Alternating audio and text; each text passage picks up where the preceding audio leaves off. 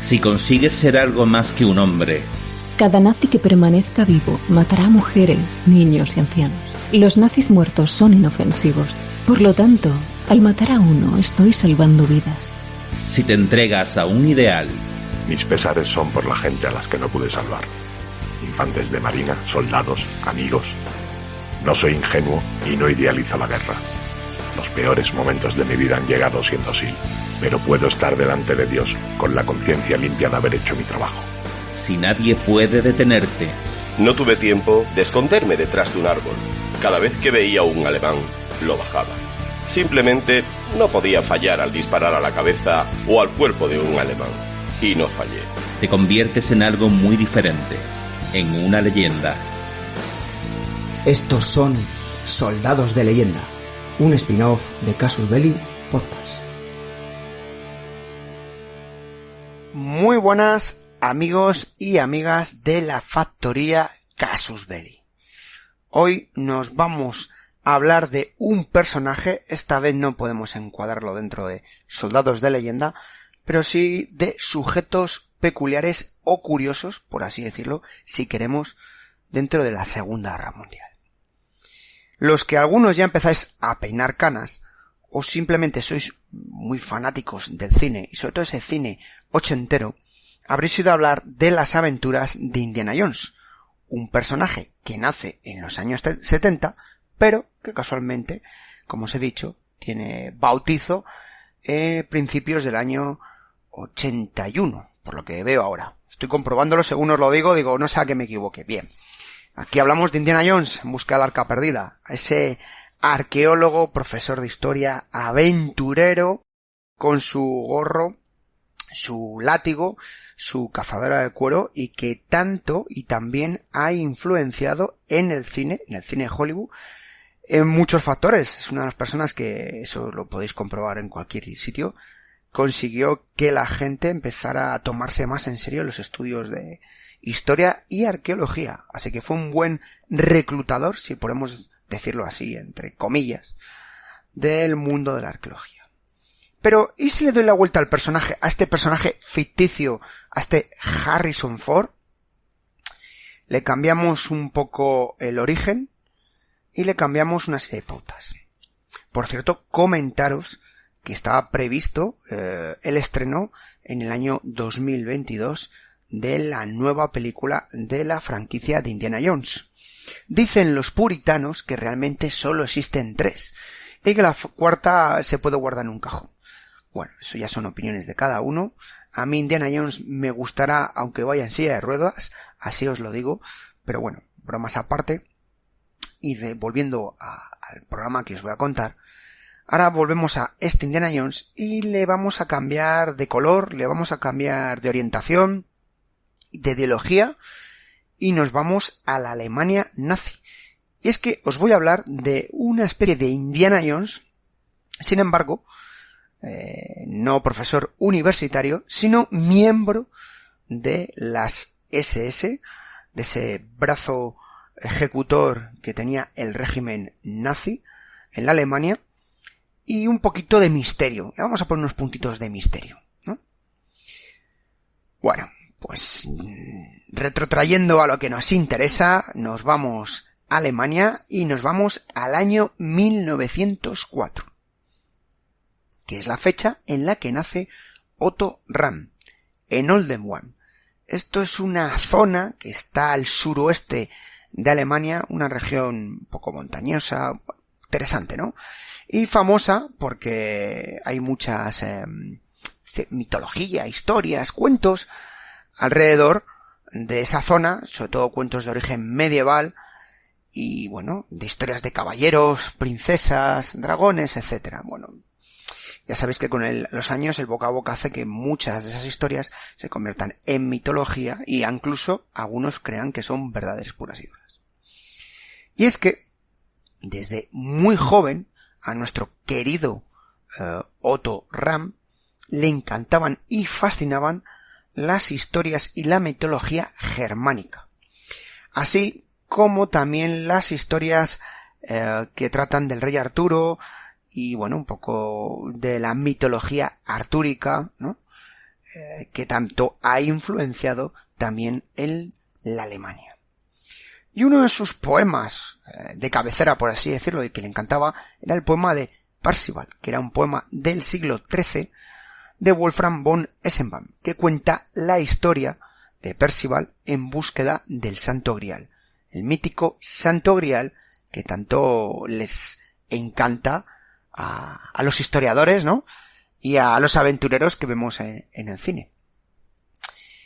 Y es que una de las cosas que lamentablemente tenía Otto Rahn, tenía una constitución física muy normalita, casi tirando a debilucho.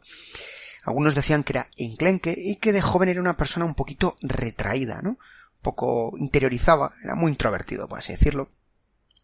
Y esto hizo que se refugiase muchas veces en la lectura, y en esa lectura de aventureros, de caballeros, para escapar de la realidad. Bueno, esto con el tiempo hace que ese gusto por la literatura acabe desembocando en el estudio de la filología en la Universidad de Gießen. Allí, entre libros, bibliotecas, etc., cual ratón de biblioteca, como se dice muchas veces, conoció las aventuras y desventuras de uno de los grandes arqueólogos de todos los tiempos, en este caso del alemán Heinrich Schliemann, que unos 60 años antes había encontrado las ruinas de la antigua Troya, que él creía, o mucha gente creía en aquella época, que era un mito que venía reflejado en la Ilíada de Homero. Y simplemente para encontrar las mismas se había sustentado en el citado libro de la Ilíada de Homero. Así que, bueno, dijo, ostras, a ver si estos mitos, ¿no? Todas estas leyendas, oye, a ver si engloban algo real, ¿no? ¿Y si hubiese cositas? Bueno, allí también en la universidad, pues en una de sus asignaturas, pues le entró un poco la curiosidad también en relación a una figura, bueno, una figura no podríamos decir la expresión, más bien un movimiento que despertó una gran inquietud en nuestro querido Otto Rahn. Y eran los cátaros.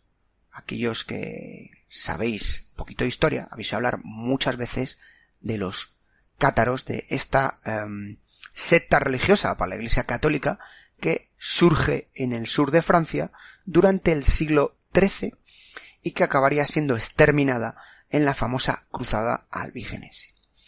Por poneros un par de cositas, mucha gente, más que secta, habla de un movimiento ascético y agnóstico que tenía influencias maniqueístas. La verdad es que esto lo englobamos, lo metemos en una batidora y sale algo muy curioso. Y ya os he dicho que prosperó en el sur de Francia y fue exterminado por la Iglesia Católica, que consideraba una herejía, y otros que atentaba un poco al status quo de la propia Iglesia Católica y, por supuesto, a los privilegios que tenían muchos miembros de la Iglesia Católica.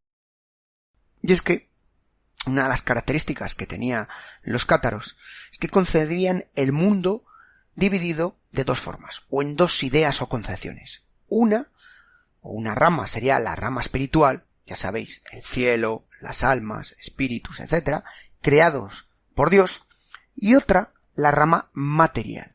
En este caso, estaríamos hablando de las guerras, de enfermedades, de la Iglesia Católica, y esta era obra todo del diablo, esa parte material. Y bueno, pues con el boca a boca, sobre todo en sectores económicos que tenían menos privilegios, pues tuvo un gran apogeo y gran crecimiento. Y sobre todo, ya os digo, siglos XI, XII y especialmente XIII es cuando mayor fuerza tiene este movimiento. Bueno, pues Otto Rahn, investigando sobre los cátaros, se empieza a sorprender, se le iluminan los ojos, ¿no? Imaginaos volviendo al mundo cinéfilo a sacar a Indiana Jones cuando descubre alguna pista, ¿no? Con esos ojos iluminándose.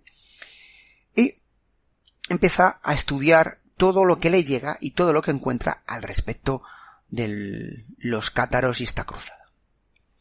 llegando a la conclusión de que los cátaros habían sido los verdaderos guardianes del Santo Grial. Y por supuesto, inspirándose en su héroe Sliman, quería localizar esa reliquia, posiblemente la reliquia más cotizada o más buscada por el cristianismo.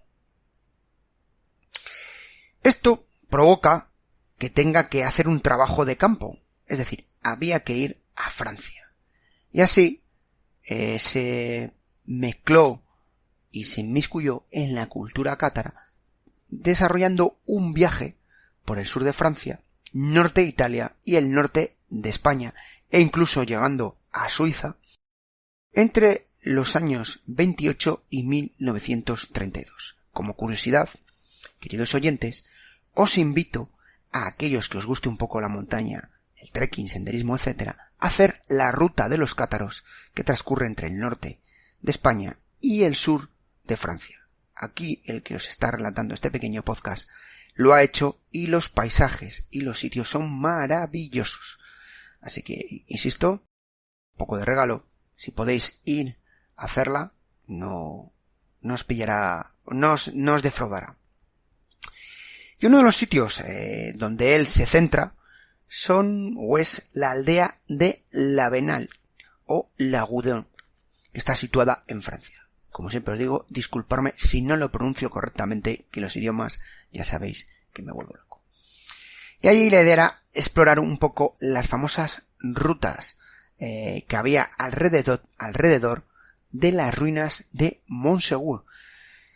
Rutas, grutas, huecos, agujeros, todo lo que hubiese y que pudiera haber pasado desapercibido.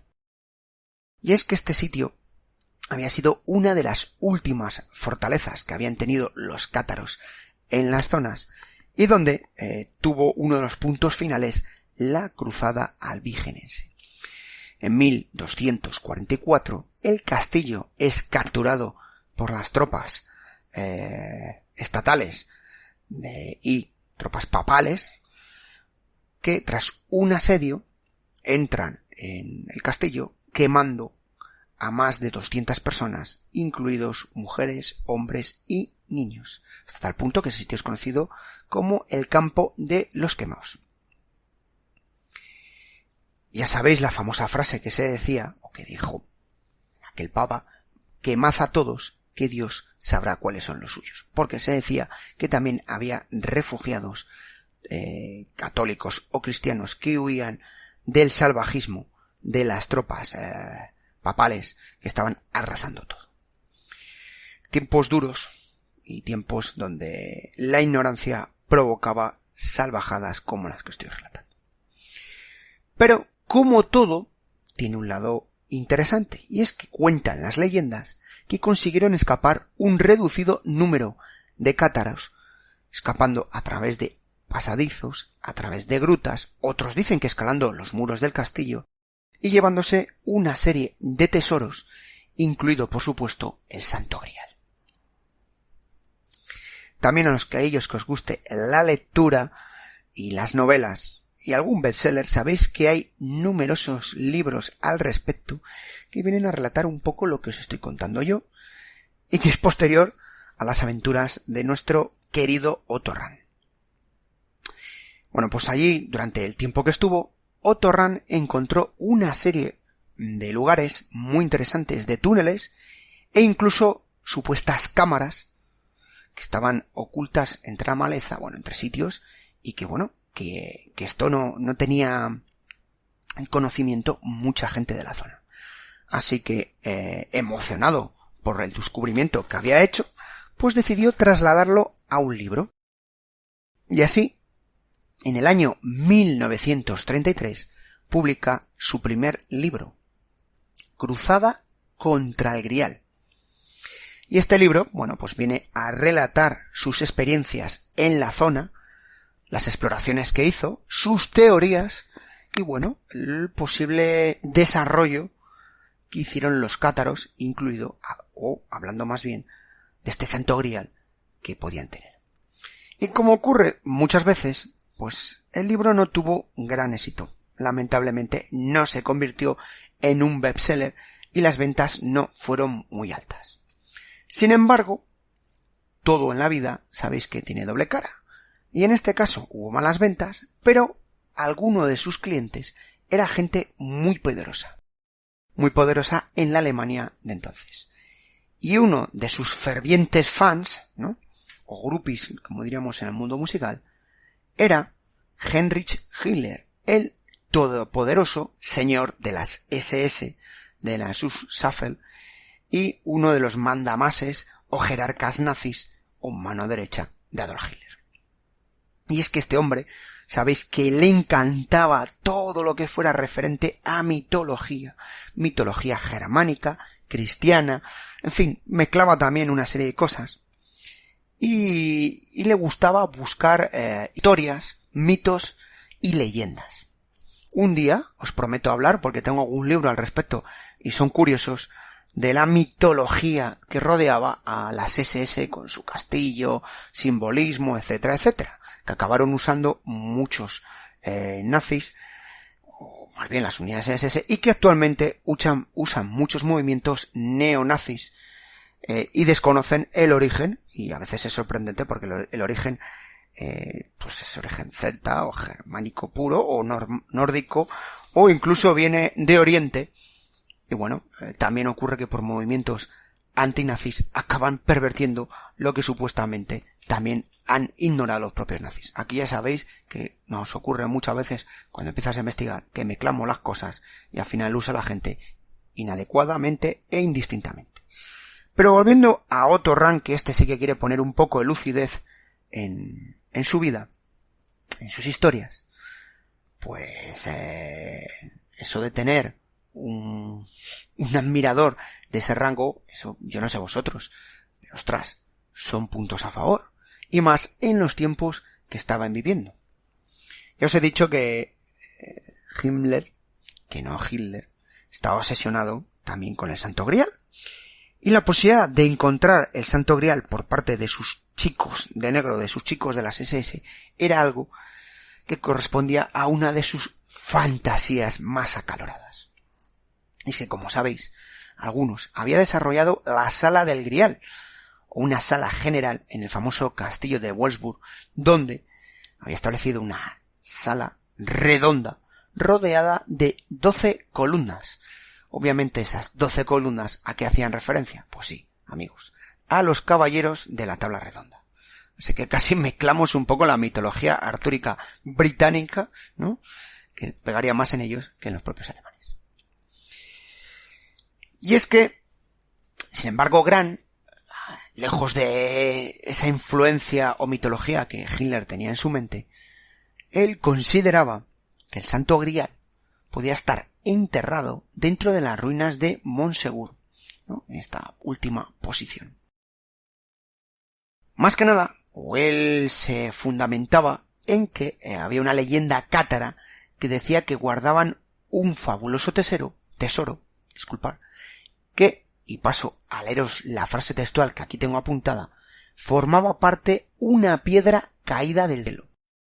Y Ram esta frase la identificó como el Santo Grial que Perceval, el caballero de la corte de Arturo, había encontrado en un castillo del Mont Salvat, del Monte Salvaje. Y era un poco el elemento que tenían los cátaros de culto máximo y también muy bien protegido para evitar que cayese en manos de la Iglesia. Eligió mal.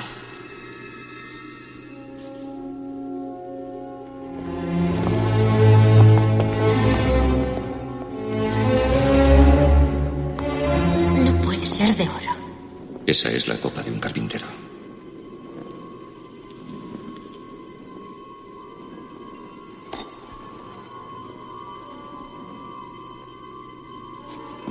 Solo hay un modo de averiguarlo.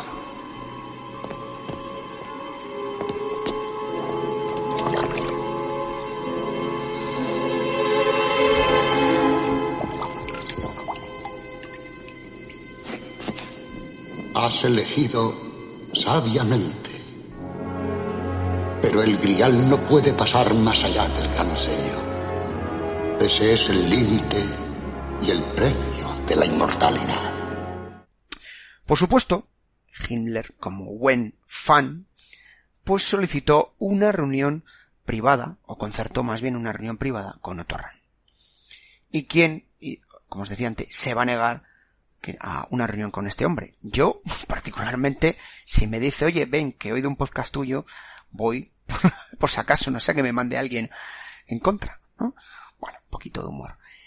Bueno, pues Otto Rahn se presenta y allí mantiene una reunión con Hitler, obviamente, en un sitio muy bien rodeado por elementos de seguridad, preparado para intimidar la sala, y le ofrece convertirse en su mecenas, su patrocinador, su Patreon, como se dice ahora, ¿no? Oye, mira, te voy a dar una cantidad de marcos con una serie de condiciones. La primera es que ese dinero va a ser dedicado a la investigación relacionada con el Santo Grial. Y, en conclusión, tienes que publicar 2 libros. Este dinero va para publicar 2 libros. Uno, que sería para el año 1937, y un tercer libro para 1939. Y le prepara o le otorga una oficina para que realice allí su trabajo, así como personal, una secretaria y un ayudante, para que le ayuden a preparar ese tipo de investigaciones. Por supuesto, Rahn era consciente con quién se estaba jugando los cargos y valoró si decir no o sí, porque tanto peligro tenía de decir no como decir que sí. Y se cuenta, o él cuenta, o hay publicaciones en las que él dice que era consciente, que había un poco confesado a un amigo que era consciente con quién estaba negociando y que su vida no sería la misma tras pactar con Heinrich Himmler, más que nada porque le consideraba casi una reencarnación del propio diablo, y por otro factor principal, y es que su vida estaba empezando a verse, digamos, a notar ojos que le seguían, y que eso provocaba, bueno, un cierto miedo y, por supuesto, uno de los factores, insisto, no negarse a rechazar. También había un factor que le provocaba miedo al rechazo a esta figura, y es el siguiente. Otto Rahn tenía un problema bastante gordo o grave de cara al ideario nacional socialista. ¿Sabéis qué era? Pues mirad, nuestro protagonista era claramente homosexual. Sus tendencias no estaban dentro de lo que estaba bien visto por los nazis. Y esto era algo bastante conocido por su círculo cercano, entre ellos su editor y sus amigos. Y luego tenía otro factor, no podía acreditar pureza racial de cara a sus antecedentes familiares. Esto de las 4 generaciones, ¿no? Y a los que sois de aquí de España ya habéis oído como la película los 8 apellidos vascos, ¿no? Puros. Pues este hombre no podía demostrar que tenía ascendencia germana aria de cara a los filtros de las SS. Y es que, otro de los factores que tenía, descendía de judíos por vía materna. Así que tenemos 2 factores. Uno, que es homosexual. 2, que no es germano de pura cepa, sino que tiene sangre contaminada, como dirían los nacionalsocialistas. Y una tercera, tan importante o más como las otras 2 anteriores. Los círculos en los que se movía nuestro querido Otto Rahn eran unos círculos un poco más culturales, incluso universitarios, estudiantes o profesores. Eran círculos que eran declaradamente antinazis. No veían bien ese movimiento, cómo había impregnado la Alemania y cómo estaba afectando al ámbito universitario. Con lo cual tenemos 3 puntos que yo no sé vosotros, pero si yo soy uno de los de recursos humanos de las SS, Otto Rahn no pasa a entrar, ya os lo digo yo. Pero bueno, ¿entrará? ¿No entrará? En fin, ¿qué pasará? Bueno, antes de eso, las SS y Hitler quiso probarlo y le solicitó que, además de continuar con su investigación, por supuesto, el Santo Grial y los cátaros, realizase una investigación genealógica de la familia y el entorno de Heinrich Himmler. Vamos a ver, quiero que me hagas una investigación de mi pureza como ejemplo racial dentro de esta gran Alemania, la Alemania del Tercer Reich. También le manda a Islandia junto a un equipo de las SS para estudiar las diferentes sagas nórdicas y buscar esos vínculos que os decía al principio de mitología nórdica que estaba usando o intentando mezclar Heinrich Himmler. Bueno, pues este hombre, imaginaoslo en Islandia, y en alguna carta que mandó a conocidos e incluso dentro de los propios SS que le acompañaban, pues mostraba una actitud casi de desolación. Y es que para los que hemos estado en Islandia es una zona que prácticamente carece de árboles, muchas veces es bastante desolador, como os decía, y esto provocó casi la depresión y aburrimiento por parte de Otto Rahn. Sin embargo, no debió hacerlo tan mal, o su colaboración y trabajo en investigación debió de ser del agrado de Heinrich Himmler, y entiendo yo que habría buenos informes de sus compañeros, que en 1936 le solicita oficialmente que ingrese en las SS. Dado sus estudios y, vamos a poner, cierto prestigio que tenía para el propio Hitler, entra no como un SS de raso, sino como Unteroffizier, convirtiéndose posteriormente en Obersturmführer, en teniente de las SS, al poco de su ingreso en el propio año 1936. Os dije, y os comenté, que se le había propuesto que realizara 2 libros, y uno era para el año 1937. Y así cumple con su palabra y realiza o escribe el siguiente libro, La corte de Lucifer. Y en él, desarrolla una teoría sobre el legendario príncipe de las tinieblas, en el cual viene a presentar o estipular que esta figura había sido distorsionada porque era una figura en cierto punto positiva y que había sido, ya os digo, malversada y pervertida por parte del cristianismo. Vamos, que no era tan malo. ¿Qué volvió a ocurrir? Bueno, pues os he dicho antes que no era un escritor ni autor de bestseller, con lo cual vuelve a tener pocas ventas y no se vendió ni tuvo prestigio ese libro, salvo en determinados círculos. Y sí, amigos, uno de los círculos donde vuelve a tener reconocimiento es en el círculo nazi, en el sentido de las academias y esas organizaciones que rondaban alrededor de las SS y de estos movimientos que tenían ese carácter esotérico, pues lo vieron como un libro casi de cabecera, podríamos decirlo, convirtiéndose en una celebridad por el boca a boca. Y eso provoca que a su vez se solicite y requiera su presencia en numerosas charlas, conferencias, convirtiéndose alguien, oye, mira, que tenemos a Otto Rahn, el gran investigador, y nos va a hablar de Lucifer. Yo no sé, lo vendo bien. ¿Hacemos una promo? ¿Vosotros lo veis? Bueno, bromas aparte. Hitler, cuando recibe el libro, fijaros la gran ilusión que le provoca, que manda a realizar 100 copias en pergamino de lujo. Las ediciones estas de lujo de gran calidad. Y de esas 100, desarrolla o prepara una prácticamente con letra de oro. Y si sois más fans del cine de terror, podríamos decir que casi con vez de con tinta, con sangre, pero más aparte, no fue así, sino un libro de alta calidad para su querido Adolf Hitler, para entregarlo en su cumpleaños.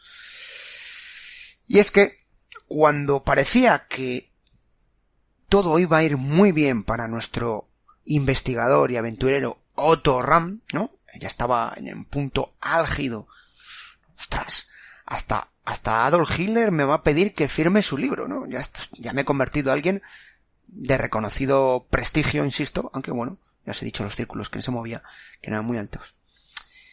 Pues empieza a tener una serie de problemas. Y es que, os he dicho, las 3 características que provocaban que este hombre, pues no fuera un miembro perfecto para las SS. También había que sumar otra cosa. El mundo de las SS era un mundo ahora se dice mucho en estos tiempos, de mucho macho alfa. ¿Qué quiere decir esto? Hombres rudos, hombres a veces que no se caracterizaban por un nivel cultural, es decir, no tenías conversaciones sobre los cátaros, ni la Ilíada. Hombres, algunos que habían entrado porque él consideraba, y así alguna vez lo dijo Rand, que eran pequeños matones, incluso estúpidos e ignorantes. Y dada el ámbito en el que se movían esos círculos más liberales y su tendencia gay, se veía muchas veces cohibido y con una sensación de miedo continuo de poder manifestar sus opiniones o simplemente hablar. Y así lo transmitió a muchos de sus conocidos. Hasta tal punto que llegó a decir que viendo cómo se estaba desarrollando esa Alemania en 1936 y posteriores, cómo estaba cambiando, él era consciente de que no le quedaba mucho tiempo en su país y que tendría que marchar de su maravillosa patria, un país con un nivel cultural muy alto y que él consideraba que se estaba pervirtiendo. También os he comentado que, bueno, os he dicho que en las SS, hombres rudos, matones, cuando hicimos los podcasts en Casus Belli, unos iniciales de las SS, que todavía nos quedan unos cuantos, comentaban os comentaba un poquito en resumen, estos campamentos, cómo se trabajaba mucho el cuerpo, con un sistema de gimnasia bastante duro. Nos rimos de la calistenia y el crossfit, ¿no? Pero esta gente era, en aquella época, teniendo en cuenta, bueno, pues Otto Rand no cumplía ningún perfil, no era físicamente, os he dicho, nada favorecido ni llamativo. Así que él decidió cambiar la gimnasia por fumar y beber. Y cada vez beber más. Dicen que hay mucha gente que bebe para ahogar sus penas. Y a veces, lamentablemente, así ocurre. No participa en ningún campamento de los que organizan las SS en verano, donde se tiende a fomentar la camaradería, la hermandad, y él se dedicaba a centrarse en sus bibliotecas, conseguir en su oficina, estudiar, investigar y beber. Y en cuanto podía, intentaba huir de cualquiera de esas hábitos, solicitudes que le hacía las SS. Y en cuanto tenía oportunidad, insisto, pues nos vamos a Francia, nos vamos a Italia, nos vamos a Islandia para desarrollar lo que a él realmente le motivaba y le apasionaba. Y era, insisto, hacer excavaciones arqueológicas y buscar pistas del Santo Grial. No sabemos si la buscaría en Venecia o la buscaría en alguna gruta de los Pirineos. Pero sí, en cuanto podía, tenía oportunidad y, amigos, no iba látigo en mano. La verdad es que esa búsqueda también le sirvió como factor de escapar de la realidad en la que se había encontrado como consecuencia de su presencia en las SS. Una de las anécdotas que se cuenta es que un día, yendo por la calle, viniendo de una ceremonia a la que había sido invitado, porque cuando tenía que dar muchas conferencias tenía que ir con el uniforme de gala, o como decimos aquí, el uniforme de bonito, incluyendo ese brazalete rojo con la esvástica y la daga ceremonial, pues encontró un conocido, que os he dicho, del círculo en el que se movía, y al verle sorprendido, le dijo: pero ¿qué demonios haces tú metido aquí, no? Más o menos. Y Rand le dijo: amigo, hay que comer. Así que creo que con esa simple expresión te va a dar a entender en qué situación se encontraba Otto Rand. En 1938, Otto Rahn empieza a eludir sus deberes y es cuando sus viajes se hacen más largos fuera de Alemania. Y ahí hay una historia curiosa. Y decimos, bueno, ¿por qué marcha tanto? Os he comentado, bueno, está sufriendo una depresión, se encuentra mal, ¿por qué no se encuentra vinculado a SS? ¿Por qué no encaja? También hay otro factor que os voy a contar, y este casi es de chismorreo o salsa rosa o como queramos meter. Os he dicho que le gustaba a veces beber, y el problema de beber en mucha gente es que cuando te pasas con el alcohol no controlas y se te suelta la lengua o incluso la mano.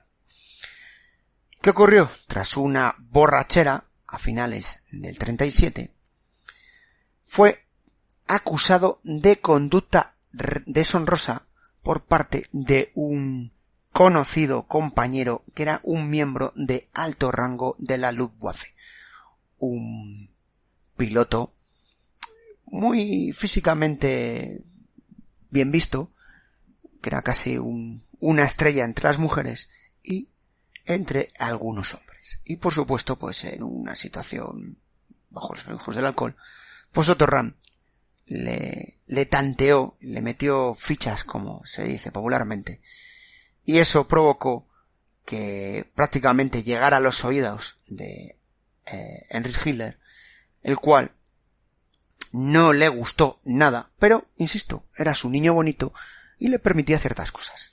Y lo que le hizo fue, lo primero, prohibirle el consumo de alcohol.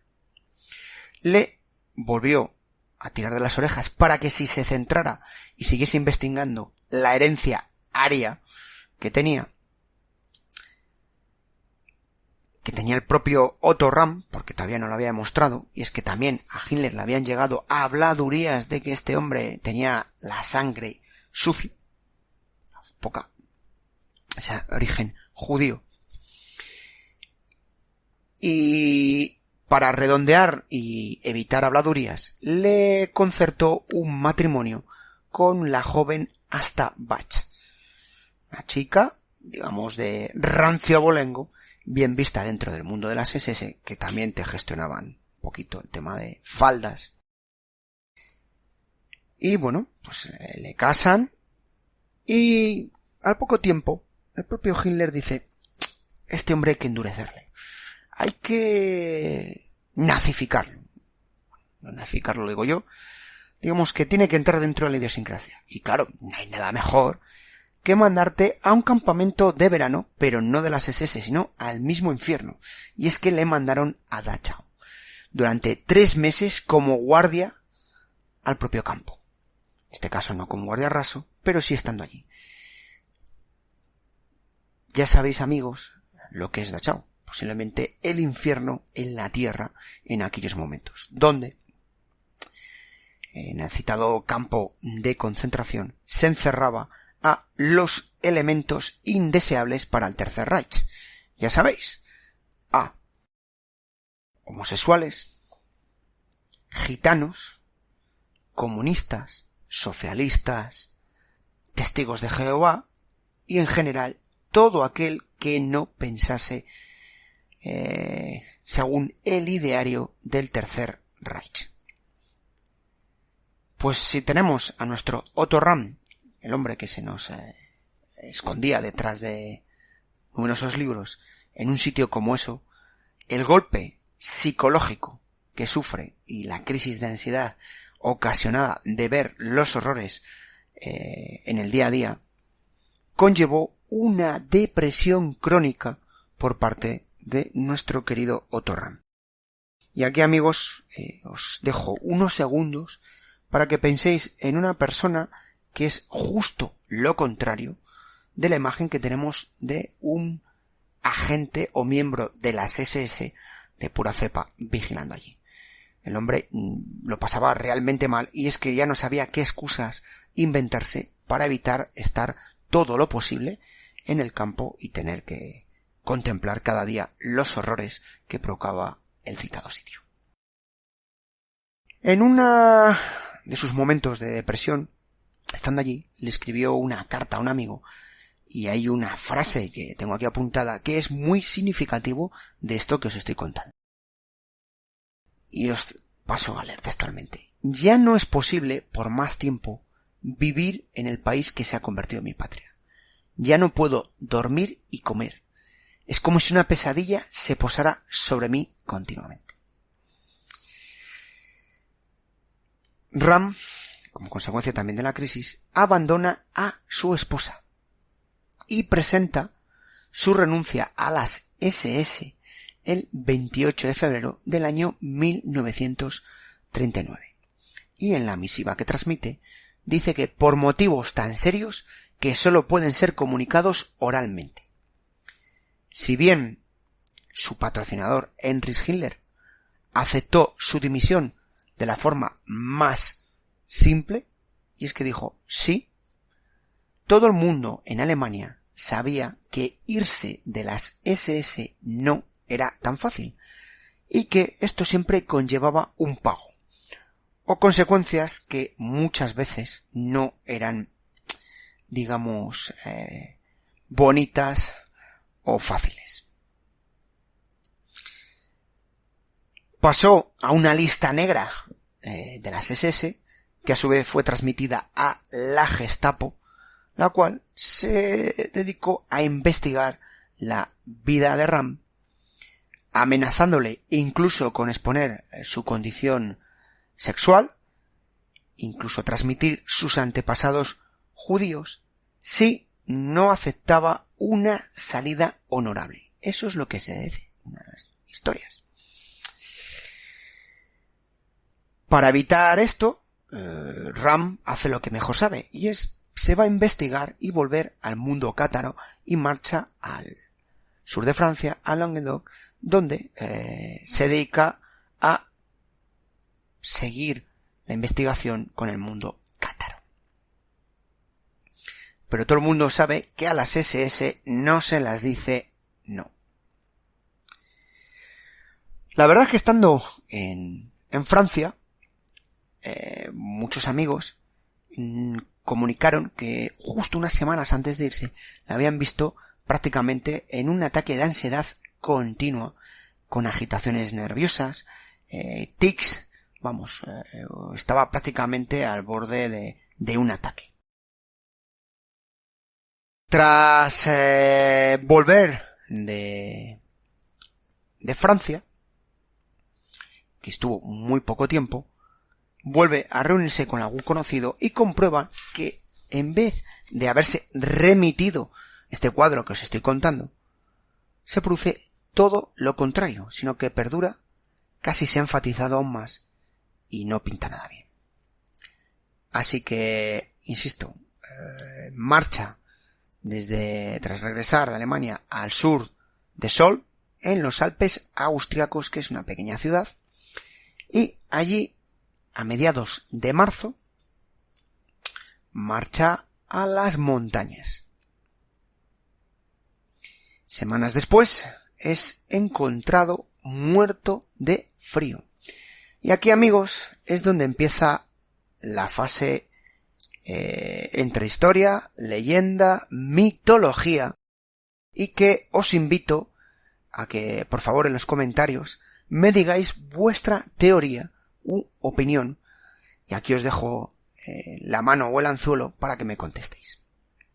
Mirad, oficialmente el 13 de marzo de 1939 marcha a la cima del monte Wildenkaiser en Austria, como os he comentado. Allí se cree que falleció mediante el suicidio ritual que usaban los cátaros, que es mediante la hendura. Este ritual suponía la práctica de un ayuno total como medio de entrega mística por parte de un último suspiro en vida hacia Dios. Os he dicho que Ram fue encontrado congelado. La forma en la que se le encontró era tumbado, boca abajo, mirando hacia las montañas, y a su lado se encontraron dos frascos de medicina. Uno estaba vacío y el otro se encontraba a la mitad.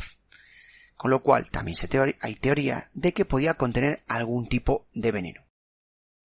La fecha elegida en la cual fallece Ram, es curiosamente muy cercana a la caída de la fortaleza de Montsegur en manos de las tropas del Papa de esos cruzados, que sería 3 días después, pero en el año 1244.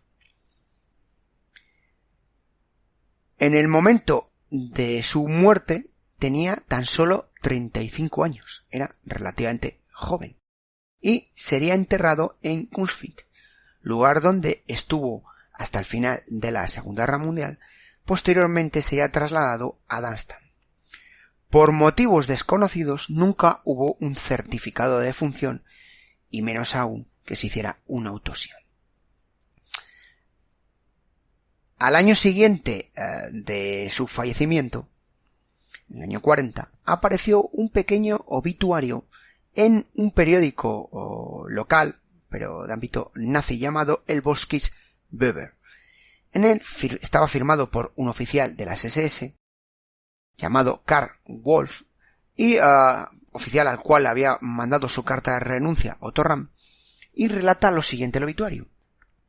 En medio de una tormenta de nieve en las montañas, este marzo, el SS Obersturmführer Otto Ramm falleció trágicamente. Sentimos la muerte de nuestro compañero, un SS decente y escritor de notables trabajos de investigación histórica. Seguimos con las teorías. Dicen, y ahora sigo las teorías para que vosotros me deis vuestras opiniones, que realmente él estaba escondido por amigos en alguno de esos círculos que él había empezado a moverse, esos círculos un poco esotéricos vinculados al mundo de los cátaros.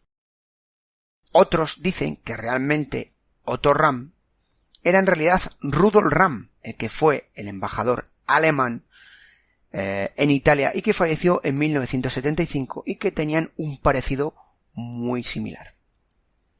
Y hay otra historia, otra leyenda, se dice que falleció en 1959 en un accidente de coche en Irán.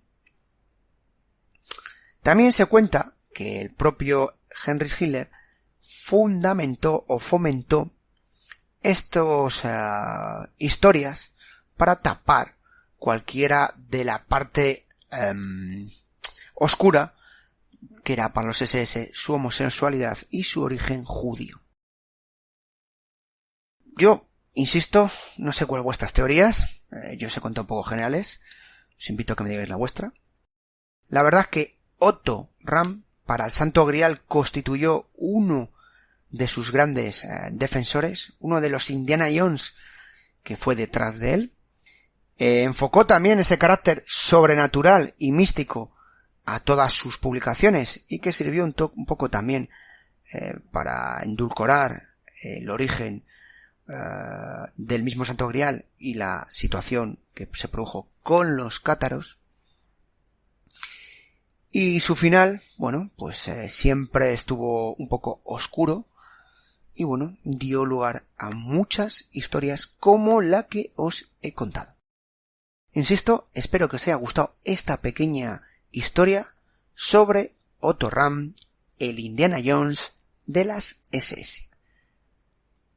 Amigos, como siempre os digo, un abrazo para todos, un beso para todas y cuídense y cuiden de los suyos.